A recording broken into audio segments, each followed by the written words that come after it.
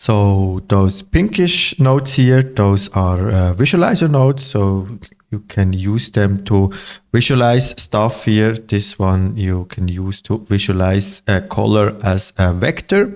And then those three here you can use to visualize different selections. So an edge selection, point selection, and polygon selection. Of course, you can use them directly here inside the object manager. But the best way to use them is not here as nodes. Better is to go here to my models, go to Druckli models, and then you have them here as little tools where you can also change directly the colors. So let me explain those. So here our good old friend, the elephant. So let's add a procedural selection to our elephant. So maybe let's say random selection here. Let's make a random selection here. So we can choose the mode here, points, edge, and polygons. But now we have a selection. So, but we can't see it here directly. So for example, when you say current state to object, you will see we have here a random point selection. But I think this is a little bit cumbersome to visualize this. So, oops. So that's why we have here those visualizers here. So at the moment we have a point selection. So we use this tool here, the selection visualizer for points, bring them in. Then let's add the elephant here to the object link. And now already we have here the default selection. And we can see we have those as little dots here. We can also change the radius here. And the cool thing here, we can also go to basic, then select a color here. Maybe let's visualize them as green dots. And the cool thing also here, the icon changes to green. So you know always which selection is connected here to which visualizer. Then go back to the inputs. Then here for the settings, of course, you have to here place the object which you like to select. Then if we have more than just one selection, so maybe let's store this one here as selection 1, then bring in an additional one. Say this one is selection 2 with another seed here. So this will override the default selection, of course. Maybe let's change this. Of course, we have here the default selection. First, you can add here our selections here. So let's bring in this one, of course, to the selection string. So it always selection 1 will be selected. But you can also say search if you have a lot of selection. Let's say search over the selections. So activate this checkbox here. Maybe let's add a third one just to see this better. Let's say S3. Let's say this one is even less here, something like this. And now we can, with the selection ID here, with this parameter, we can jump from selection to selection. So now we see the first selection. This one is the second selection. This one is our third selection. And then you loop through those selections by changing here the ID.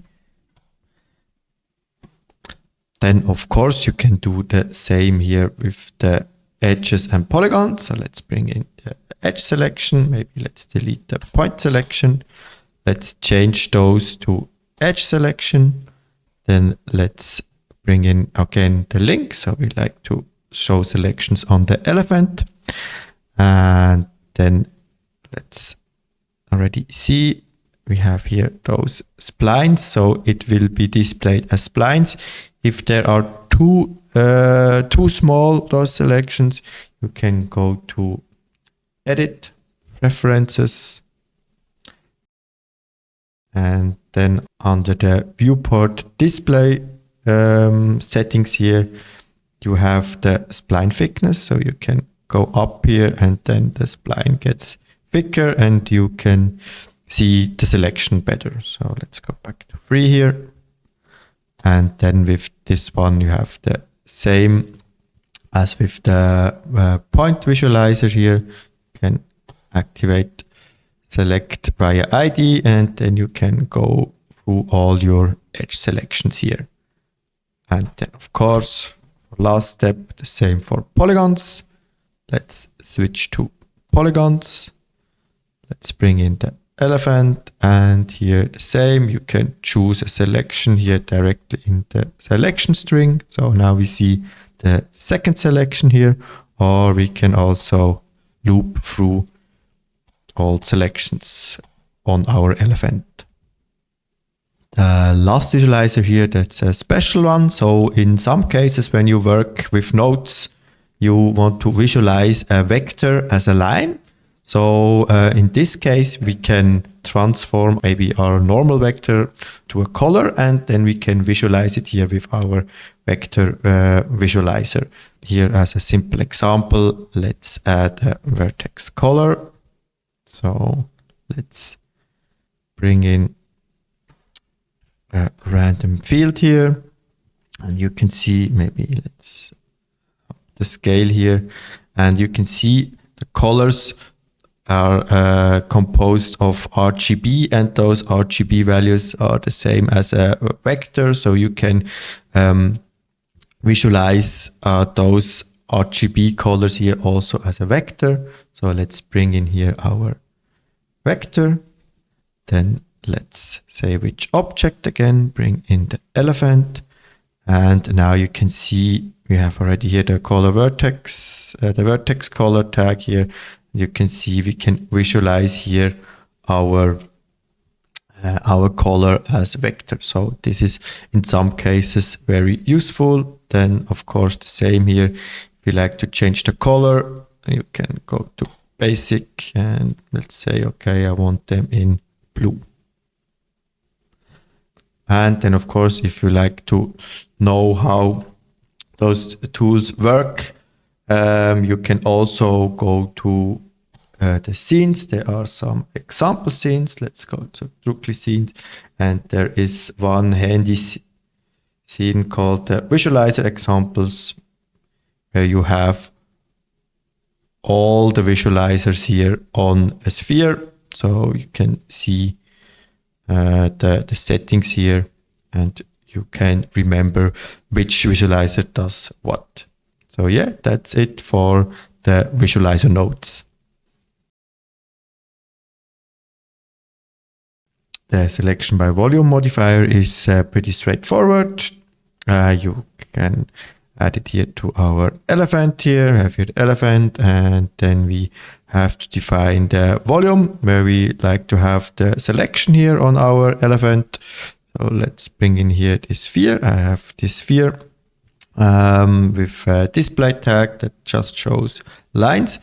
And now we need also a solution to visualize here our selection, our procedural selection. And of course, we can go to our models here and bring in here under Druckli models selection visualizer for the points. Bring in this one here. Then let's add here our elephant, and already let's make them a little bit bigger. And you can see we have here all the points that are inside of the sphere's volume are selected. So you can move now the volume around. And yeah, and that's it for this one. Let's move to the next one. The angle to camera selection allows you to select points, edges, or polygons depending on the angle to the camera. So I have here the camera. So we are looking through the camera and we have a torus. Then add the angle to camera selection to the torus. Then let's add the camera here. Then let's use a split to visualize here our selections. And now we can see just the selected polygons here. And then you can define here with the from and to parameter from which angle to which angle you like to select the polygons. You can see. And then you can also exclude the non-visible. So you hide the polygons that are actually not visible to the camera. And here you have also a surface offset. So in some cases you need to up this. If some of the polygons are still visible, you can change here the surface offset. And then of course the type of the selection, you can choose point, edges or polygon. Then you can invert the selection, and of course you can store the selection. And then you have here a selection tag. And there is also an example scene. So let's go to Druckli scenes and open the example scene. And here's a little example what you can do with the angle to camera selection. You can see we built here this kind of outlines